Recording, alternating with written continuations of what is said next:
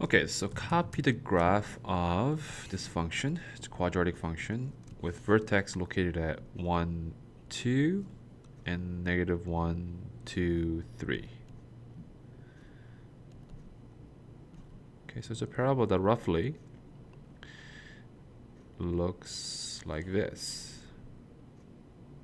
Okay, when it's 0, it's going to be 1. Okay, so it's going to look like that, okay? And we have a line with a slope of negative 1. So if I actually start from there and go there, that's exactly right there. That's exactly negative 4 slope.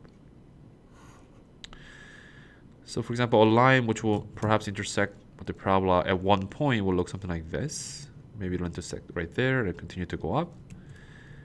But if I push this up a bit, you can see that the parabola will intersect there. At some point, it's going to intersect again, like here, right? So that's 1 point. That's 2 points. But if I brought it all the way down like this, it would have no intersection point. Okay, so this is no, this is 1, and this is 2. So for no intersection point, we know that to find intersection point, okay, so this line here will look like this. Y equals mx, but slope we know is negative 4. But we don't know the y-intercept, so that's what varies. But at the intersection point, the y values are shared between the parabola and the line. So we can say minus 4x plus b is equal to this.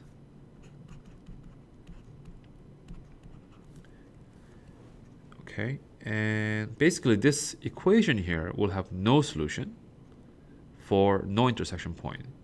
It would have one solution for one intersection point. It would have two solutions for 2 points of intersection. Okay, so let's clean this up. Let me expand this. You get x squared minus 4x plus 4. Okay, minus 3.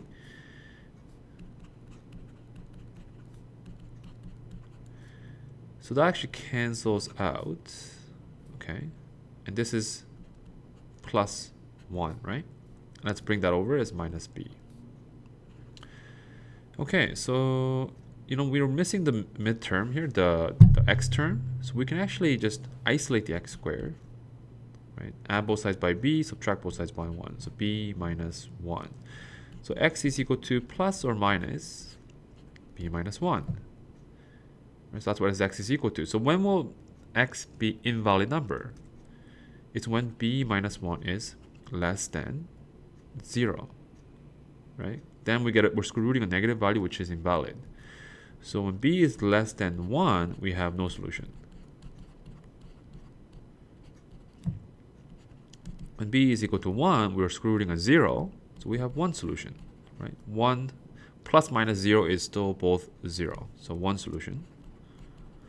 And when b is greater than 1, we're going to get plus minus square rooting of a real number. So we're going to get two different answers. So this is when we have two solution.